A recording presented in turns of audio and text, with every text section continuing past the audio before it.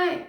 So today I'm going to be talking about one of the things that really surprised me most because I was pretty sure I knew the gist of pre-Wars of the Roses, pre-Hundred Years' War English history.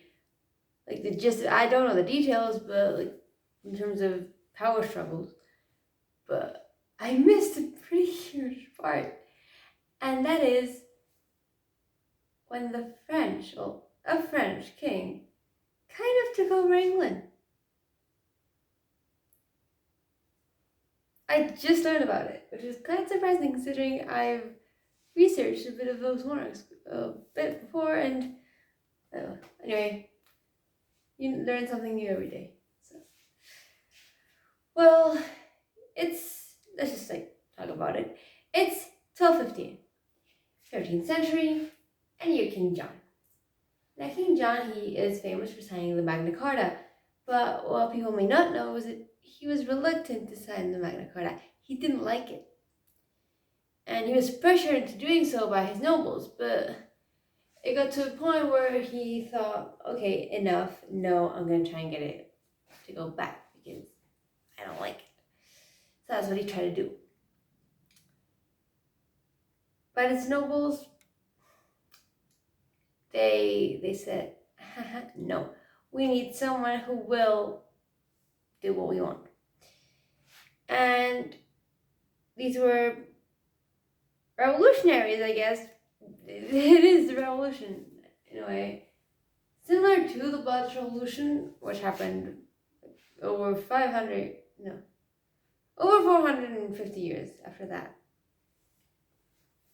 But, so, thing is, they needed someone who would take the throne of England, who was, someone of power, and who was related to the king, or to previous kings, because it's easier to consolidate a reign if you have a previous relationship, I guess.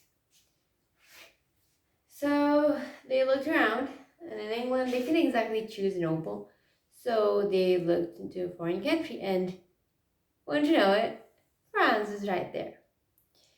Think about France.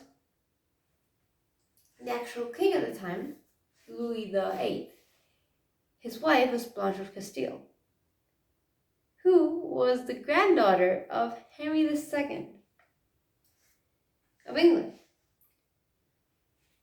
So Henry II is, if I am not mistaken, the father of King John and Richard Lionheart. They were brothers. And like I said, Blanche of Castile, she was the granddaughter of Henry II, meaning that by marriage they were related. In the sense of Louis was married to Blanche, and Blanche, she was like daughter of Eleanor of England, I think, is in mother's name. But anyway, the granddaughter of Henry II. So there was a tie there. And he was France. He was like monarch of France. Was quite good at it. Wasn't losing the country. And despite having some conflicts with England, sometimes he opposed King John and even tried to, do something about it. So he seemed like a pretty good option. And well, the nobles contacted him and said, "Hey guy, yeah, wouldn't you know? I mean, wouldn't you know of anyone who was kind of interested in invading England? Oh, you're interested? Oh, great. Want to, invade England?" He of course said yes.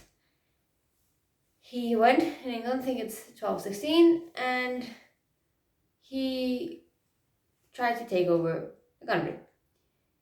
He was successful in some parts. He never really took over the entire country. But it's not like he invaded the country like William the Conqueror did. Because William the Conqueror, what he did was he killed the king. Louis never killed King John. King John kept on ruling, I think. I mean, he wasn't overthrown. So, I think he wasn't overthrown. I'll put in the description anyway. I'm pretty sure he wasn't. And so, the fact that the king stayed there and Louis was never officially crowned means that he's not really recognized. But, nevertheless, he did kind of invade some parts of England. He was kicked out, but he did invade some parts. Meaning that England was kind of successfully invaded by a French king. Which is kind of crazy because over just 150 years after that, boom, 100 Years' War. And that is from Edward III all the way until Henry VI. Edward IV? Maybe. I did a series of videos on it. I think Edward IV ended it. I forget the exact chronology of the Wars of the Roses. But yeah, it's all the way from Edward III to Henry VI, Edward IV. And then Henry VIII keeping on invading France once time and time again. And then, George II and George III having trouble with France. And France being a pain in the ass of England through the entirety of history. But for a little while, France and England shared a king. Well, not officially, but Louis I. And yeah, that's pretty much it.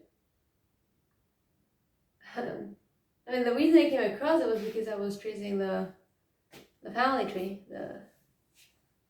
family tree of English monarchs going from Alfred the Great. And I was just going through the Wikipedia page and that came up. And I'm gonna be honest, I really don't know anything about the monarch from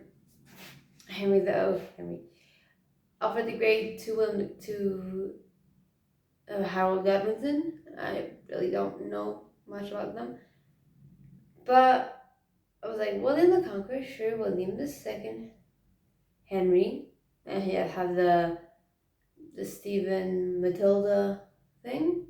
I'll probably make a video on that. That is quite interesting. Then you have Henry, then Richard, then John, and then Louis. And they have